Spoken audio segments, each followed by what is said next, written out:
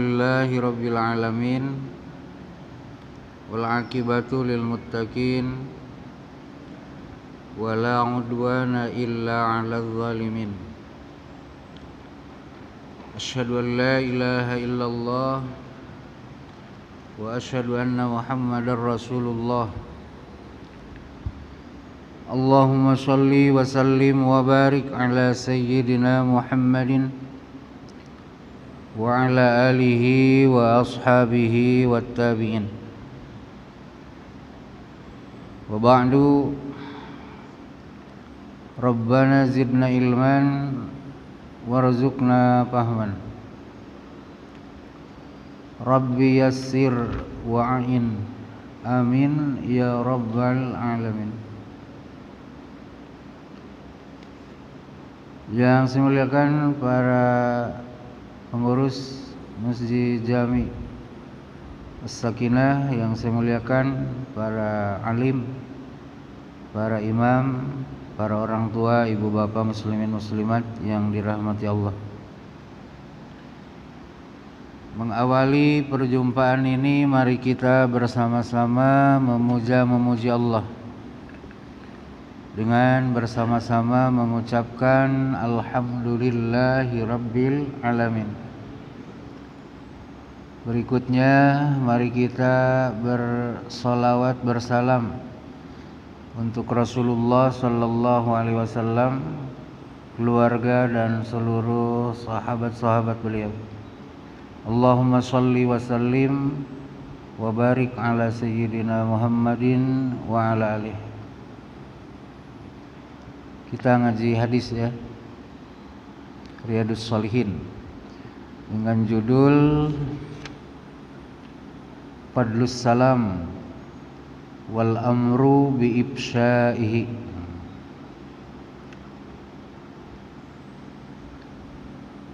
Keutamaan salam dan perintah mempopulerkan salam, menyebarkan salam. Itu ya judulnya itu. Kemarin ayatnya sudah, hadisnya sudah satu ya. Nah, sekarang hadis kedua. Sebelum itu mari kita dulu membaca Sayyidul Istighfar. Bismillahirrahmanirrahim.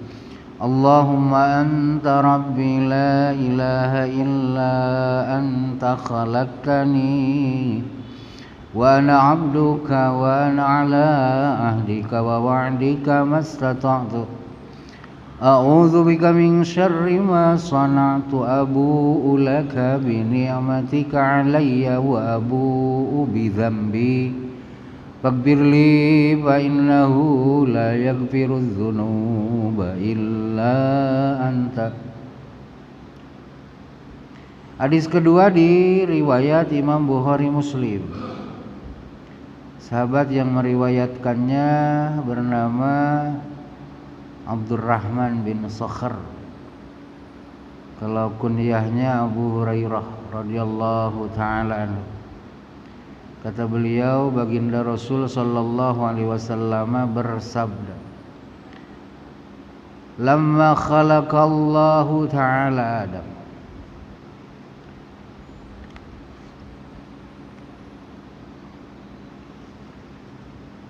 Tatkala Allah Ta'ala telah menciptakan Adam. Maksudnya menciptakan Adam itu akhrajahu min katmil admi ilal wujud. Allah mengeluarkan Adam dari semula tak ada lalu menjadi ada. Ya. Nabi Adam itu kan sebelumnya tak ada, lalu menjadi ada. Nah, ini nikmat pertama yang dirasakan oleh Nabi Adam itu adalah nikmatul ijad. Ya. Beliau dijadikan menjadi ada.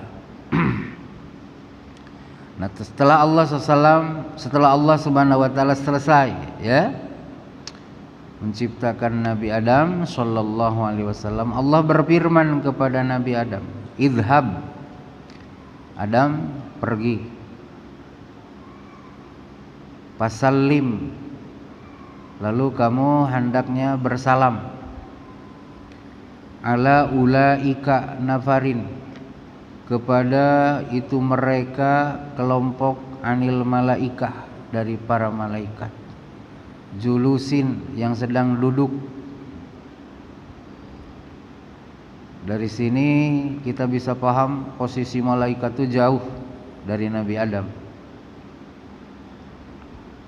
Kan pakai kata ulaika. Tuh di sana Adam, oh itu. Ada para malaikat. Sekelompok malaikat sedang duduk. Sedang duduk-duduk. Kamu pergi ke sana, bersalam. Pastami, lalu kamu dengarkan benar-benar. Jadi istami mah gitu, Pak. Istami mah mendengarnya serius. Kayak tadi Muroki kan gitu ya. Pastami'u lahu katanya. Kalau khatib dah naik mimbar, kalau imam dah naik mimbar, pastami'u. Maka kamu para makmum kudu benar-benar mendengar. Oh, istimewa. Kalau mobil lewat, Bapak dengar kan mobil lewat. Nah, itu sami'a. Saya dengar mobil lewat. Tapi kalau Bapak mendengar orang yang jalan di dapur tengah malam, kan Bapak gini nih. Gitu. Ya? Dengarnya serius. Nah, itu istimewa. Nah, dengar khatib itu harus gitu, Pak. Dengar khatib itu jangan kayak dengar mobil lewat. Ya? Dengar khatib itu harus istimewa. Pendengaran kita itu harus fokus. Oh. Ya, harus fokus. Sehingga Rasul melarang, tanganmu jangan main pasir katanya kan. Nah, kalau yang sebelahmu berisik, kamu tak usah hirau. Jangan bilang diam kau, jangan, biar aja. Kamu fokus dengar apa yang dikatakan sang khatib. Nah, itu istimewa. Pastami, maka kamu Adam dengar betul-betul. Ma yuhayyunak, apa yang dijadikan jawaban penghormatan dari mereka kepada kamu. Paham ya? Apa yang diucapkan malaikat setelah kamu bersalam, dengar baik-baik. Fa innaha tahiyatuka, karena apa yang malaikat ucapkan itu adalah penghormatan untuk dirimu, wa tahiyyatu dzurriyyatika, dan penghormatan yang berlaku bagi keturunanmu nanti. Ini Nabi Adam belum punya keturunan kan? Tapi Allah sudah nyebut. Apa yang para malaikat ucap, nah itu kamu dengar-dengar. Karena itu akan menjadi tahiyyah kamu, cara penghormatan kamu, wa tahiyyatu dzurriyyatika, dan penghormatan ahli keturunanmu nanti. Jadi menarik di sini, Pak ya. Dalam Al-Qur'an di surah An-Nisa ayat 80-an, Allah Azza wa Jalla membahasakan salam itu dengan tahiyyah. Fa idza huyyitum bi tahiyyatin fahayyu bi ahsana minha aw rudduha. Nah, bila kamu dihormati, dalam pengertian diberi salam. Diberi salam dengan satu penghormatan, dengan satu ucapan salam. Fahayyu, maka kamu harus menghormati dia balik. Maka kamu harus bersalam kembali. Bi ahsana minha, dengan salam, dengan penghormatan yang lebih baik. Aw rudduha, atau salam dia kamu balikin lagi, artinya seimbang. Ya. Nah, jadi salam itu bahasa Al-Qur'annya adalah tahiyyah, penghormatan. Paham ya? Maka secara bahasa salam itu adalah tahiyyah, penghormatan. Ya, penghormatan. Maka kalau ada orang bersalam kepada kita, berarti dia telah menaruh hormat, menaruh rasa hormat kepada kita. Awas, ini kejadiannya bukan di bumi ini, betul lah. Tapi kejadiannya tuh masih di surga. Pakola, lalu Nabi Adam berjalanlah menuju para malaikat. Nah, setelah dekat, Nabi Adam bersalam kepada mereka. Kata para ulama, bisa jadi Allah mengajarkan salam kepada Nabi Adam, atau Allah boleh jadi mengilhamkan kepada Nabi Adam, sehingga Nabi Adam mengerti apa yang harus diucapkan dengan perintah salam dari Allah tadi. Maka Nabi Adam berkata, Assalamualaikum. Awas, dalam hadis begitu ya. Assalamualaikum. Keselamatan untuk kalian semua. Keselamatan untuk kalian semua. Nah, dari sini kita mengerti ya, bahwa makhluk Allah yang pertama kali mendengar salam manusia itu adalah para malaikat. Dan makhluk Allah dari kalangan manusia yang pertama kali mengucapkan salam itu adalah Nabi Adam. Dan salam pertama kali diucapkan oleh manusia itu di surga. Nah, ingat ya. Wajar kalau kemudian kemarin kita dibahas di hadis pertama ya, kita diminta oleh Rasul untuk membaca salam kepada siapapun, baik yang kita kenali atau tak kita kenali. Ya. Ini keutamaan salam. Oh, judulnya ini keutamaan salam. Ya, keutamaan salam. Nah, keutamaannya tuh begitu. Keutamaannya tuh pertama, salam tuh diajarkan langsung oleh Allah kepada Nabi Adam. Yang kedua, salam tuh pertama kali diucapkan di surga. Yang ketiga, manusia pertama yang mengucapkan salam adalah Nabi Adam. Yang keempat, makhluk Allah pertama yang menjawab salam manusia adalah para malaikat. Itu keutamaan, ya. Faqalu, maka para malaikat menjawab apa yang Nabi Adam katakan tadi dari salamnya. Kata para malaikat, Assalamu alaika wa rahmatullahi. Nah, ulang ya. Assalamu alaika wa rahmatullahi. Fazaduhu wa rahmatullahi. Para malaikat menambahkan salamnya melebihi dari salamnya Nabi Adam. Kalau Nabi Adam tadi gimana? Assalamu alaika. Jawaban malaikat, Assalamu alaika wa rahmatullah. Berarti lebih satu. Ya, lebih satu. Nah, maka di dalam Al-Quran pun kemarin yang sudah kita baca, dibimbing kita oleh Allah. Kalau orang bersalam kepadamu, jawab dengan yang lebih baik seperti malaikat lakukan, ya. Atau kamu jawab dengan yang sebanding dengan salamnya orang itu. Nah, malaikat memilih yang paling utama, yaitu yang jawabannya lebih dari apa yang diterima. Kemudian yang kedua, kata para ulama,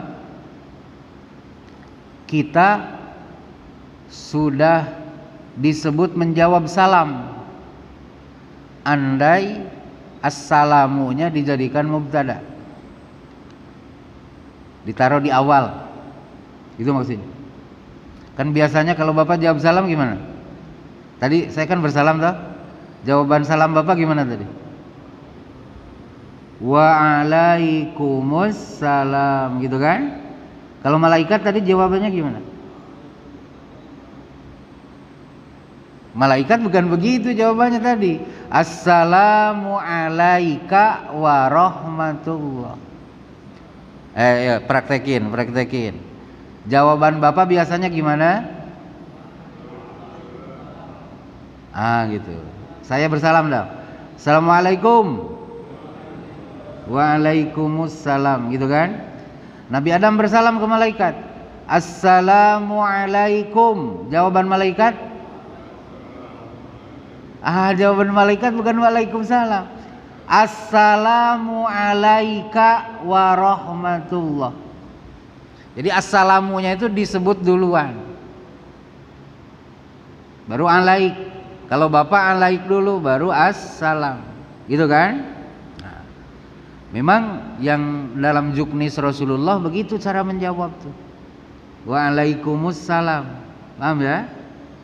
Tapi Nabi Adam mempraktekannya dengan malaikat berbeda sedikit dalam jawaban, betul? Kalau dalam juknis Rasul ma wa'alaikumusalamu, kalau malaikat mah menjawabnya assalamu alaika wa rahmatullah. Nah, kata para ulama, andai ada orang bersalam ke bapak, lalu bapak menjawabnya assalamu alaikum lagi, bukan wa'alaikumussalam, sudah sah sebagai jawaban salam. Paham ya?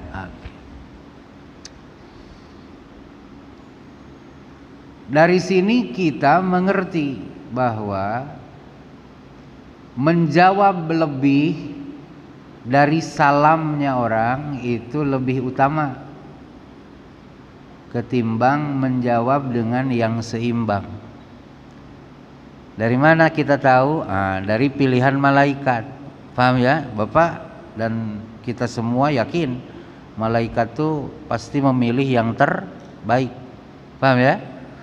Oleh karena itu maka kita pun harus mengupayakan, kalau orang bersalam kepada kita maka upayakan salam kita kepadanya, upayakan lebih. Kecuali mayoritas ulama berpendapat kalau orang tuh sudah ngasih 3 poin kepada kita, maka mayoritas ulama menyebut tak usah dilebihkan lagi. Karena setahu para sahabat, Rasulullah tidak melebihi kata barokatuh. Jadi salamnya Rasul itu maksimal sampai kata wabarakatuh. Jadi kalau orang bersalam sampai wabarakatuh, bapak tak bisa memberikan yang lebih baik lagi. Paham ya? Ya, bapak saya kasih 1, tolong balikin ke saya 2. Assalamualaikum. Sampai warahmatullah dong, kan balikinnya 2. Assalamualaikum. Assalamualaikum 1 dari saya kan, bapak balikin 2. Waalaikumsalam warahmatullah. Sekarang saya kasih 2, bapak balikin 3. Assalamualaikum warahmatullah.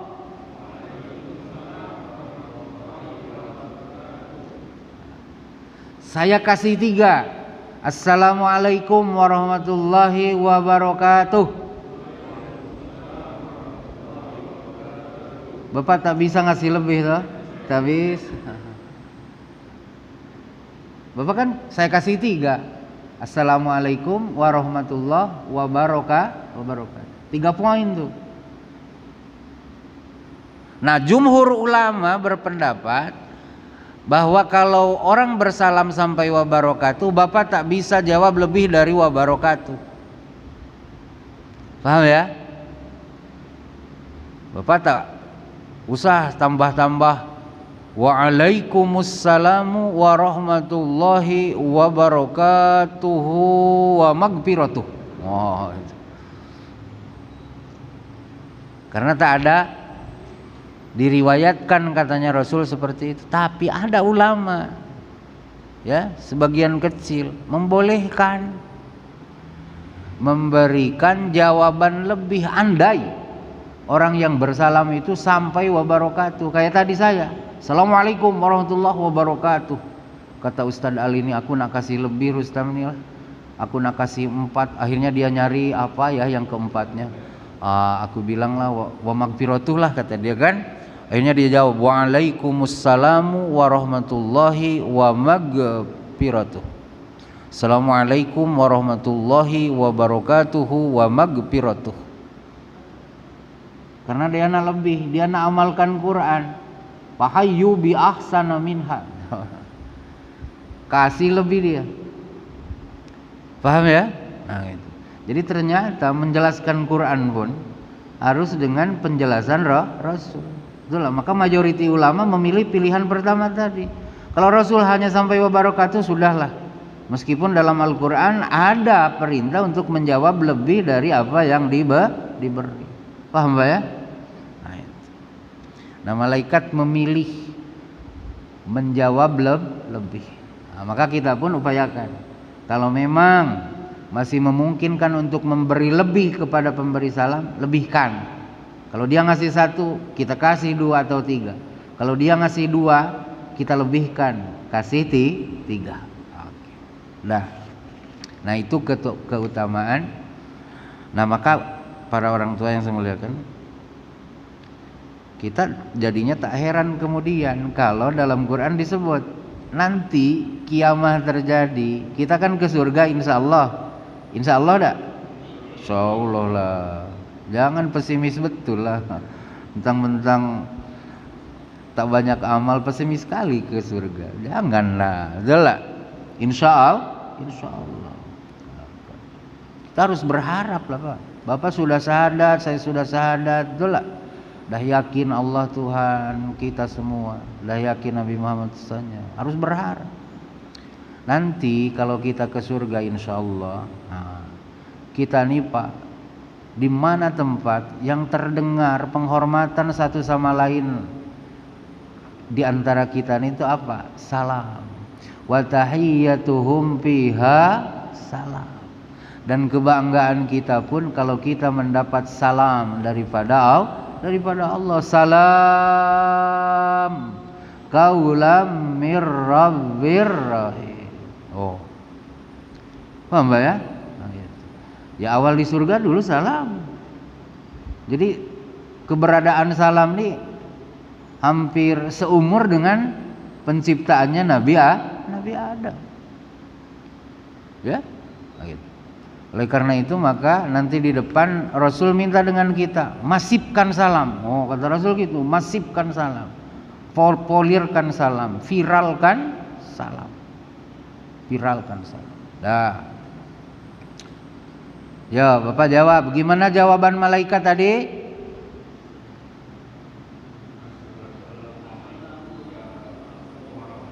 Alaikum. Assalamu alaika warahmatullah. Apa bedanya alaika sama alaikum?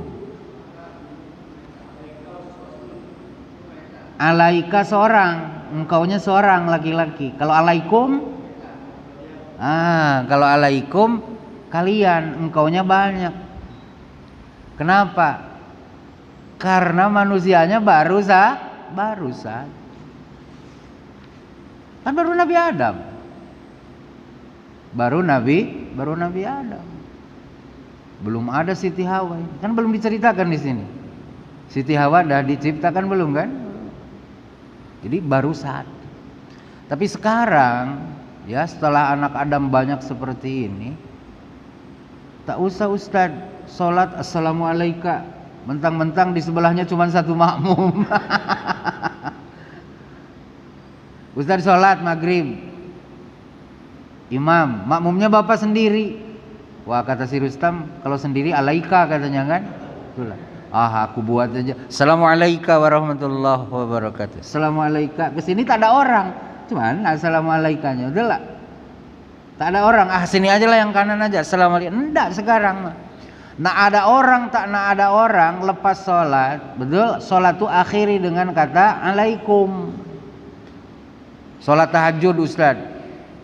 Sholat tahajud Ustaz. Kira-kira samping Ustaz itu ada orang tak? Tak ada. Kata Ustaz, keselamatan untuk kamu semua. Tengok tak ada orang. Assalamualaikum, keselamatan untuk kamu semua. Tak ada orang. Paham Mbak ya? Ternyata tak begitu. Ada orang tak ada orang, salam tuh katakan assalamualaikum. Paham Mbak ya? Cuman kita tak merasa aneh, betul lah? Kenapa? Dilapaskan dalam bahasa Arab. Jadi tak terasa anehnya. keselamatan untuk kamu semua. Mana kamunya? Kan tak ada kamu. Wong sholat tahajud sendirian kok. Assalamualaikum, keselamatan untuk kamu. Sama dengan ustadz temenung sendiri tengah malam jam 2 duduk. Tak ada orang kanan kiri. Di CCTV dilihat ustadz lagi ngobrol. Wahai kalian semua, dari manakah kalian? Ditengok sama CCTV ketua tuh. Kacau Ali ini memang katanya. Tak ada orang tapi bilang kalian. Paham tak? Gitu. Maknanya gitu Pak. Meskipun kita sendiri, kita harus merasakan kehadiran saudara-saudara seiman kita. Betul lah? Harus merasakan kehadiran saudara-saudara seiman kita ada dekat kita sehingga kita alaikum terus. Serasa mereka tuh ada dekat kita. Di hadapan kita. Kum tuh namanya mukhatabun. Orang-orang yang ada di depan kita diajak bicara sama kita. Kalau orang-orangnya tak ada di depan kita, itu gaibun namanya. Yang kita bicarakan. Mereka kemana? Kata kita. Merekanya ada di sini tak? Tak ada. Paham tak? Tapi kalau kalian, berarti ada di hadapan kita. Paham ya? Nah, yang menerima salam kita ini kan spesial. Orang-orang beriman. Baik dari kalangan manusia, dari kalangan jin, baik dari kalangan para malaikat. Nah, meskipun mereka tak nampak depan mata kita, tapi kita harus merasakan mereka ada dekat dengan kita. Nah, itu orang bersaudara itu kan begitu, betul tidak? Jauh nan jauh di sana orang Palestina itu, tapi penderitaannya terasa sampai ke As-Sakinah. Kenapa? Jauh jarak memang, tapi rasa tak begitu. Betul tak? Idza ishtaka udwun tada'a lahu sa'iru jasadih bis-sahari wal ummah. Persaudaraan iman tuh kan gitu. Kalau kepala sakit, yang mengadu kepala apa mulut? Mulut. Yang megang kepala apa tangan? Tangan. Ikut berbela. Paham dah Pak? Nah, maka orang beriman tuh dirasakan dekat. Meskipun tak ada siapa-siapa depan kita, waktu salam dalam sholat kita katakan assalamu alaikum. Itu apa Ustaz?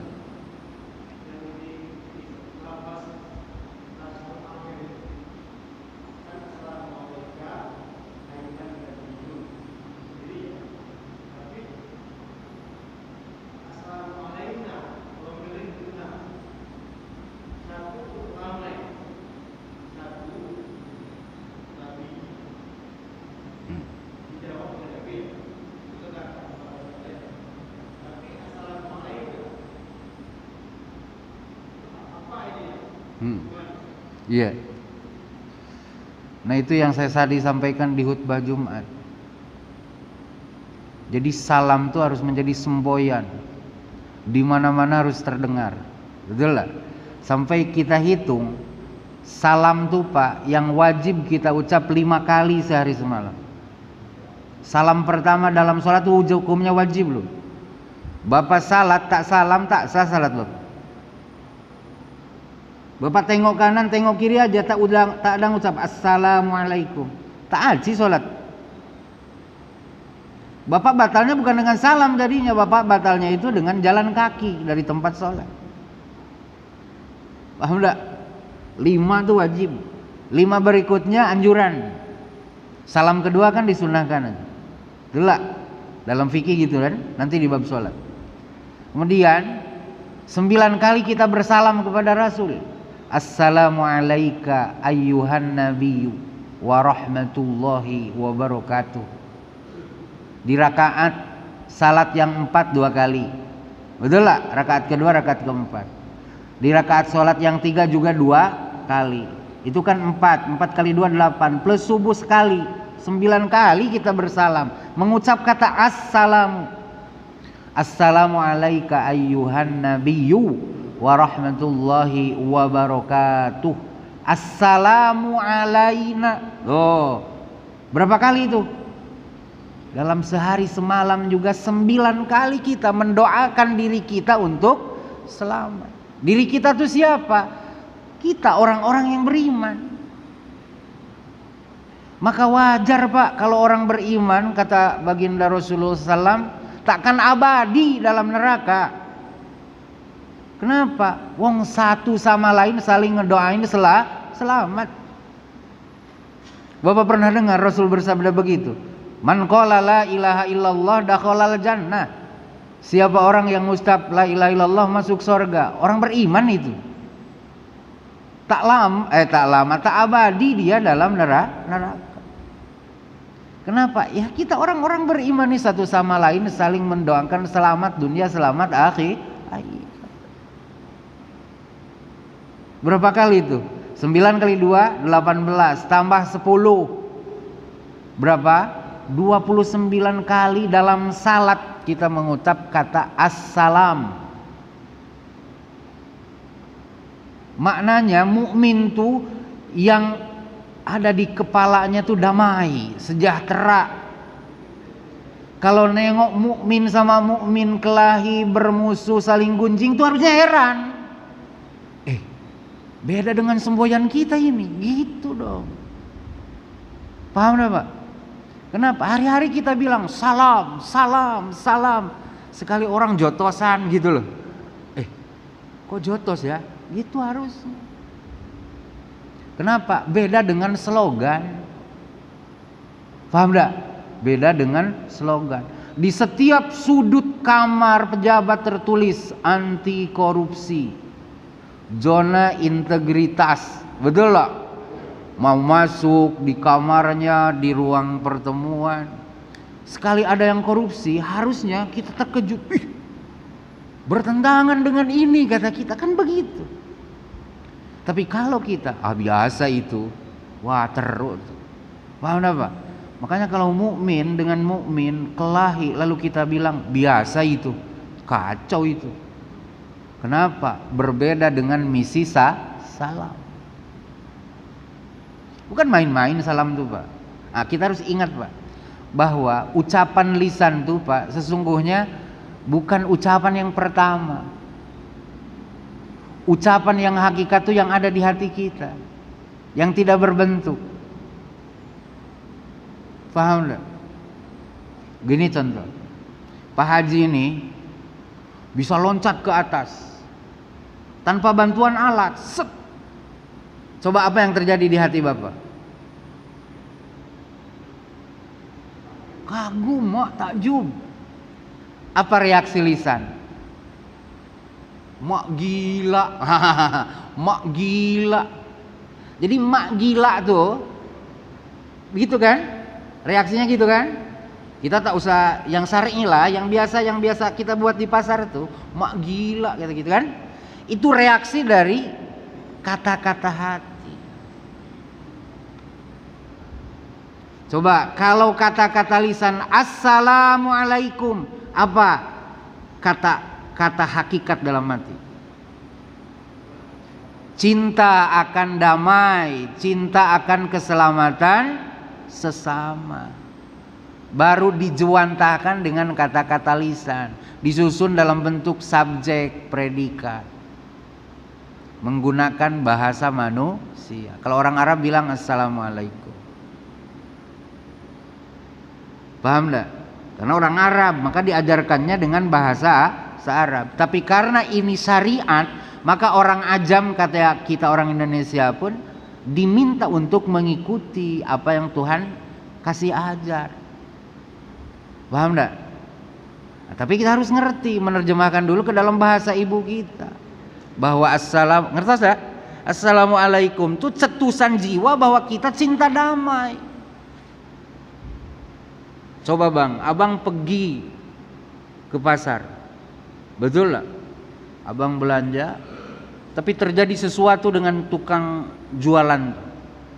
Lalu dia berkata kasar dengan abang, disebutnya binatang dengan abang. Pinjamlah salah satu binatangnya apa? Coba yang terbersit di hati abang, di hati orang itu tuh cinta dengan abang, kesal dengan abang, benci dengan abang. Benci, maka keluar kata-kata kotor. Paham enggak? Nah, assalamualaikum tuh gitu Pak, bukan bahasa lisan hakikatnya, tapi bahasa hati. Hati mukmin itu mencintai kedamaian, betul? Mencintai kebaikan, mencintai persaudaraan, betul? Mencintai kasih sayang. Tapi orang kan tak ngerti hati kita macam apa, betul? Dijewantahkan itu, direalisasikan dalam bentuk bahasa. Berkatalah lisan, assalamualaikum, keselamatan untuk kamu. Paham Pak ya? Sama seperti Bapak ketemu saya, Bapak dengan saya kan kenal lama nih, betul lah? Saya pergi kucluk-kucluk pakai Honda ke pasar kan, bawa tentengan untuk belanja. Bapak nanya dengan saya, Bapak di Honda, saya di Honda. Pasar Ustaz? Iya Pak. Pakaian saya bukan pakaian kantor Pak, pakaian biasa. Bapak dah ngerti dah di hati saya ke pasar? Sudah ngerti. Ngapa dia nanya ke pasar Ustaz? Tahsilul hasil kan? Kalau Bapak maksudnya ngasih tahu dengan saya atau bertanya dengan saya nak ke pasar, keliru, orang nak masuk pasar kok. Tapi apa maksud pertanyaan Bapak tuh? Bapak tuh simpati dengan saya. Tapi apa kata-kata yang bisa dimengerti saya bahwa saya simpati dengan dia? Ya bertanya. Betul enggak? Bertanya. Karena nah Islam tuh Pak, Islam tuh ngasih tahu, nah ungkapkan bahasa hatimu, cinta, damai, sayang dengan orang tuh dengan tahiyah yang Allah ajarkan. Maka dalam surah An-Nisa ya, ayat 80 bukan di surah An-Nur ayat 81 Allah sebutkan assalamualaikum warahmatullahi wabarakatuh itu tahiyatan min indillahi mubarakatan thayyibah. Itu adalah penghormatan yang datang dari sisi Allah. Sebenarnya di orang Arab dulu, kata para ulama, dah ada Pak, cara hormat menghormati itu. Di antaranya gitu, hayyakallah. Kalau ketemu, hayyakallah, semoga kamu diberi hidup oleh Allah. Ya kalau di kita ada juga kan yang begitu kan. Orang Sunda bilang kalau lewat sampurasun gitu kan. Orangnya jawab rampes. Orang Jawa ada juga tuh. Titi tata krama kalau ketemu orang kan. Orang Melayu ada juga. Nah tetapi setelah Islam datang dan dipeluk oleh orang-orang di Nusantara ini, maka diberi tawaran, ada cara menghormat satu sama lain di kalangan kaum muslimin, betul? Yang kebaikannya dunia akhir. Kalau kayak tadi ke pasar Ustaz, nah itu dunia doang. Kan tak ada doa tuh, betul lah. Cuman Bapak nak ekspresikan, aku nih simpati dengan kamu, makanya perlu saya tanya, gitulah. Paham dah Pak? Kalau kita di kampung lewat, paman kita lagi nyangkol di sawah, lagi nyangkol, lagi garap sawah, kita nanya, nyangkol Pak, kata kita. Nyangkol Pak. Orang lagi nyangkol ditanya nyangkol Pak, betul lah. Paham enggak? Gitu Pak. Nah Allah ngasih tahu kita tuh punya nurani begitu. Allah kasih jalan biar bermanfaat, di dunianya ada, di akhiratnya ada. Katakan apa yang kuajarkan. Assalamu alaikum warahmatullah. Maka panggilan untuk bersalam tuh pakai ya ayyuhallazina amanu. Kayak panggilan untuk wudu, kayak panggilan untuk salat, kayak panggilan untuk puasa. Ya ayyuhallazina amanu la tadkhulu buyutan ghaira buyutikum hatta tasta'nisu wa tusallimu ala ahliha. Wahai sekalian orang-orang yang telah beriman, jangan berani-berani masuk rumah orang kecuali kalau kamu minta izin dan bersalam terlebih dahulu. Paham Pak? Maka bersalam sekarang menjadi panggilan iman. Paham ya? Bukan hanya lagi panggilan ke manusia, tapi spesial penerimanya orang-orang yang sama-sama telah beriman. Paham ya? Nah itu. Oke Pak ya.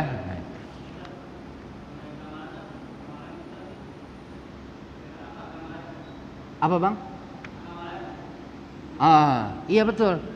Dengan agama lain, kalau mereka mendahului bersalam, lalu mereka menggunakan salam orang Islam, misalnya begini, kawan kita, banyak kawan-kawan saya yang Kristiani, yang Katolik, yang Hindu banyak, dan mereka ngerti loh, bahkan fasih, bahkan adalah yang lebih fasih dari kita. Iya. Nah, kalau mereka ngucap itu, maka Rasul ngasih bimbingan, kamu katakan saja waalaikum, ya, waalaikum, waalaikum. Nah, ini penting Pak. Rasul tuh menghargai kemanusiaan meskipun dia, betul, tidak seiman dengan kita, tapi kalau rasa dia dan kita sama. Bapak dicuekin orang senang dah? Tidak. Kawan kita yang Katolik dicuekin sama kita enak tidak? Tidak. Betul lah. Kalau dia bereaksi, kita harus kasih aksi. Kalau dia ngasih aksi, kita harus kasih reaksi. Paling tidak kita mengatakan sebagian dari kata-kata yang dia ucap. Assalamualaikum warahmatullah, kata dia. Waalaikum, kata kita. Kalau dia nanya, kok jawabannya gitu? Rasulku ngajar untuk kalian jawaban kami begitu. Udah gitu aja. Paham enggak? Kalau kita nak ucap salam dengan mereka, gunakan bahasa kita. Selamat pagi Pak, selamat siang Pak, gitu loh Pak. Selamat sore Pak, selamat malam Pak. Kita disalam sama orang senang enggak? Senang Pak. Orang pun disalam begitu sama kita senang loh. Awas, penghargaan kemanusiaan ini harus ada Pak. Betul lah, iman memang tak sama, tapi kita sebagai sesama manusia harus hormat menghormati, harga menghargai. Sampai Rasul pun membolehkan. Bahkan, betul, bahkan kalau orang mukmin berkumpul dengan orang-orang yang tak seiman, kita dibolehkan oleh Rasul bersalam. Assalamualaikum warahmatullahi wabarakatuh. Meskipun mukminnya hanya seorang, sisanya kawan-kawan kita yang tak seiman dengan kita, boleh. Paham Pak ya? Itu salam tuh, ingat-ingat ya, salam tuh.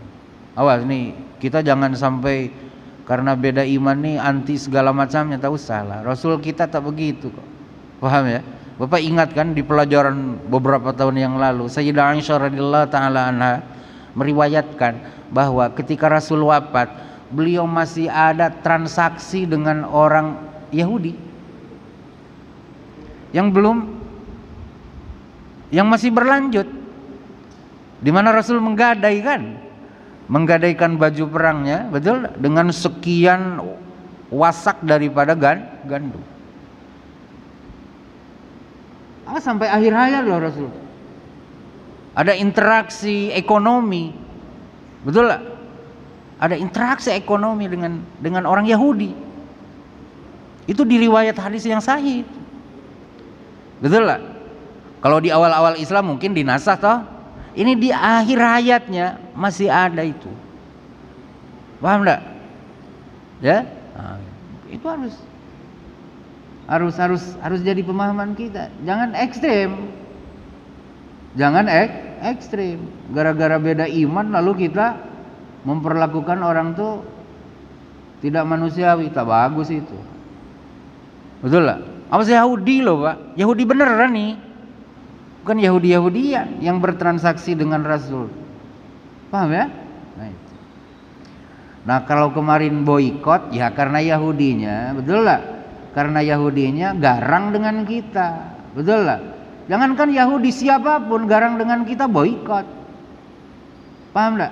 Boikot. Misalnya Malaysia garang dengan kita, Bapak jangan beli produk dia, karena mereka makin semangat nyerang kita, jadinya kan gitu. Jadi awas, bukan karena agamanya yang beda, karena kezalimannya. Paham enggak? Karena kezalimannya. Jangan pula temperamen kali kita. Betul lah? Jangan. Karena kezalimannya. Nah gitu, karena kezalimannya. Ya, kalau tak zalim Rasul perlakukan baik. Oke, jualanlah dengan saya, pinjam-meminjamlah dengan saya. Padahal Bapak tahu Rasulullah itu punya menantu kaya raya, Sayyidina Utsman. Ngapa tuh ke Sayyidina Utsman aja? Punya sahabat yang kaya-kaya, ngapa tak ke mereka aja? Malah jatuh pilihannya, muamalahnya dengan Yahudi. Oh, saya bukan ngarang nih Pak. Dan jangan pula Bapak bilang, oh Rustam pro Yahudi ini, bukan begitu. Tak ada cerita itu gitu. Paham dah ya? Nah, kenapa kita benci dengan Israel sekarang? Karena mereka zalim. Karena mereka tidak adil. Nah, maka di surah An-Nisa Allah minta dengan kita, kamu harus jadi penegak keadilan, harus menjadi saksi karena Allah. Siapapun pelaku adil kamu dukung, siapapun pelaku zalim kamu harus jadi penentangnya. Tak ada cerita agama, tak ada cerita ras, tak ada cerita suku bangsa. Tak adil, jangan kamu mendukungnya. Adil, tegak kamu menjadi pendukungnya, gitu Pak. Paham Pak ya? Nah, makanya bukan di sini ya, di surah An-Nisa juga. Ketika ada seorang sahabat mencuri gandum, kan bekas gandum tuh ada dari lumbungnya itu. Ini larinya ke rumah dia. Lepas itu karena dia pengen yang dituduh itu bukan dia tapi orang Yahudi, dia lari juga ke rumah Yahudi, lalu ditaruh satu wadah di situ. Yahudi tak terima, ngadu kepada Rasul. Akhirnya berdasarkan bukti dan saksi, si mukmin ini yang salah. Rasul berpihak. Semulanya Rasul hampir berpihak ke Yahudi, tapi setelah bayinah ada di dia, akhirnya kabur dia Pak ke Makkah, balik lagi. Coba lihat, yang berpersusnya, mohon maaf, di Madinah saat itu Yahudi banyak, ya, di Madinah saat Rasul hidup itu banyak. Makanya persusannya itu Muslim Yahudi gitu kan. Kalau Nasrani di Najran, agak jauh dari situ, betul lah. Kalau Yahudi di Madinah banyak. Paham ya? Nah itu. Dah lanjut. Jadi jawaban abang jelas ya. Jadi terhadap saudara kita, kawan kita yang tetangga kita yang tak seiman dengan kita, kalau mereka berucap dengan kata assalamualaikum warahmatullah, Bapak jawab waalaikumsalam. Jangan Bapak bilang, Bapak kan bukan Islam, jangan assalamualaikum. Keliru Bapak. Keliru Bapak. Bapak jangan ngomong gitu, biar aja orang suka kok. Paham enggak? Bapak kan harus menghargai kami, jangan salam gitu ya. Bapak yang salah. Orang nak bersalam kok. Jawabannya jelas, kasih waalaikum. Jangan larang orang bersalam dengan assalamu alaikum. Ngertos ya? Gitu. Paham? Apa Kang? Assalamu alaikum. Tak sopan tuh Pak namanya.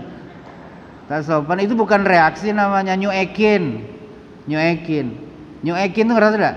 Orang bersalam dengan kita jawabannya keselamatan untuk kami. Ya itu namanya tak menghargai. Paham enggak? Alaikum aja. Dah demikian ya, habis ya. Nah, nanti kita lanjut dengan hadis berikutnya. Subhanakallahumma bihamdik, asyhadu an la ilaha illa anta, astaghfiruka wa atubu ilaik. Wallahu taala alam. Assalamualaikum warahmatullahi wabarakatuh.